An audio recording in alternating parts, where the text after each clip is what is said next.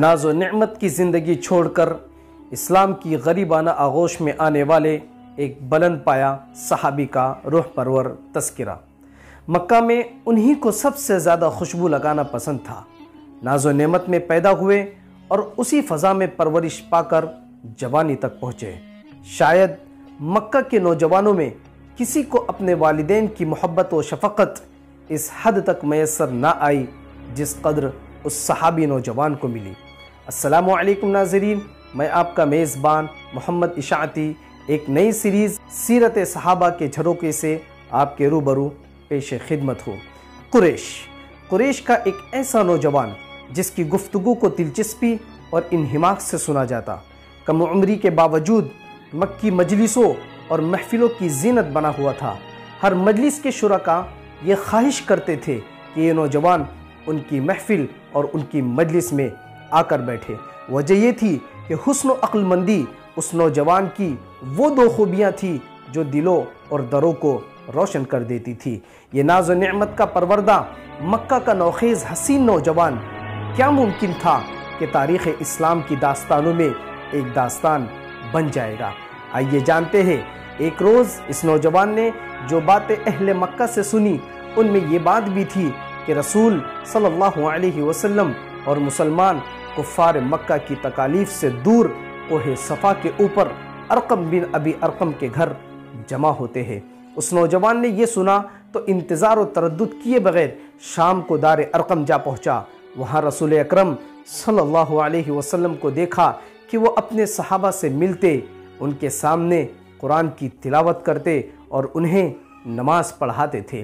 वो नौजवान अभी जाकर बैठा ही था कि आयत कुरान क़ल्ब रसूल से लब रसूल सल्लल्लाहु अलैहि वसल्लम पर ताबा होना शुरू हो गई। ये आयत कानों से टकराती और अपना रास्ता बनाती हुई दिलों में उतर जाती, यहाँ तक कि उस नौजवान के दिल में भी आयत करीमा की गहराइयाँ उतर गई। दिल पर पड़ा पर्दा अपनी जगह से हटना शुरू हो गया। इधर रसूल अकरम सल्लल्लाहु अलैहि वसल्लम ने अपना दस्ते शफ़क़त व बरकत आगे बढ़ाया और उस नौजवान के धड़कते दिल को छुआ तो सुकून और राहत की शुआएं दिल की गहराइयों में उतर गई और वो नौजवान ईमान और इस्लाम लाकर पलक झपकते में इस तरह नुमाया हुआ कि हिकमत उसकी उम्र से दुगना नज़र आने लगी। उसके अंदर अज़्म व इरादे की वो क़ुव्वत भी आ गई जो वक्त की धारा बदलने की कुदरत रखती थी। कहा जाता है कि उस नौजवान की वालिदा खन्नास या खनास बिनते मालिक गैर मामूली शख्सियत की मालिक थी। उसकी दहशत अंगेज़ी भी हद को पहुँची हुई थी। कहा जाता है कि जब उस नौजवान ने इस्लाम लाया तो रोए ज़मीन पर माँ के अलावा कोई क़ुव्वत ऐसी ना थी जिससे वो बचते या खौफ खाते।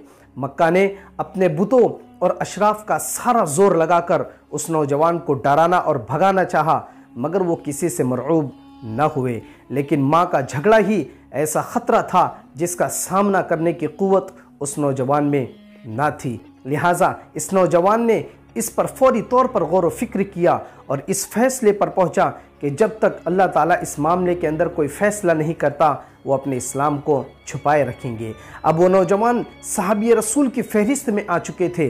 फिर क्या था, दार अरकम आते रहे, बारगाह रिसालत में बैठते रहे और अपने ईमान को ताज़ा करते रहे, ईमान को छुपाते हुए। इस तरह उन्होंने ईमान को छुपाकर सब्र का इजहार किया और यूँ कहा करते थे कि मोहम्मद अल्लाह के रसूल है, उनसे कब्ल भी तो रसूल गुज़र चुके हैं। बाद में उस नौजवान की इन अल्फाज को मुकम्मल करके कुरान करीम का जुज़ बना दिया गया जिसकी ता क़यामत बार बार तिलावत होती रहेगी। वमा मुहम्मदुन इल्ला रसूल क़द खलत मिन क़ब्लिहि रसूल। जंग उहद में एक इत्तिफ़ाक़ी गलती ने जब फ़तह व शिकस्त का पासा पलट दिया और फ़ातिह मुसलमान नागहानी तौर पर मगलूब होकर मुंतशिर हो गए, तो उस वक्त भी ये नौजवान इस्लाम का परचम लहराए तन्हा मुशरिकीन के नरगे में साबित कदम रहे, क्योंकि तौहीद की लौ को पीछे की तरफ जुम्बिश देना इस फ़िदाए मिल्लत के लिए सख्त आर और शर्मिंदगी की बात थी। गर्ज इसी हालत में एक मुशरिक जिसका नाम कुमैया था आगे बढ़कर तलवार का वार किया, जिससे दाहिना हाथ कटकर शहीद हो गया, लेकिन बाएं हाथ ने फौरन अलम यानी झंडे को पकड़ लिया।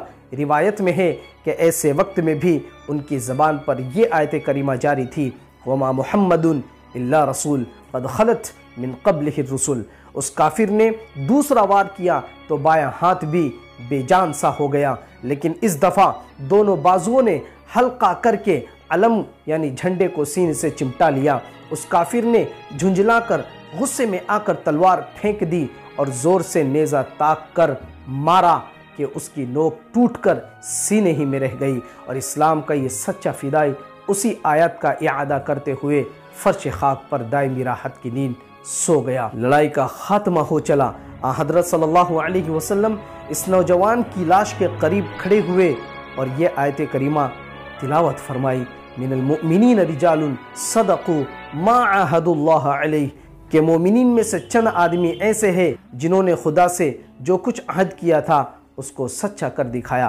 پھر لاش سے مخاطب ہو کر فرمایا، اے نوجوان، میں نے تم کو مکہ میں دیکھا تھا جہاں تمہارے جیسا حسین اور خوش پوشاک کوئی نہ تھا، لیکن آج دیکھتا ہوں کہ تمہارے بال الجھے ہوئے ہیں اور جسم پر صرف ایک چادر ہے۔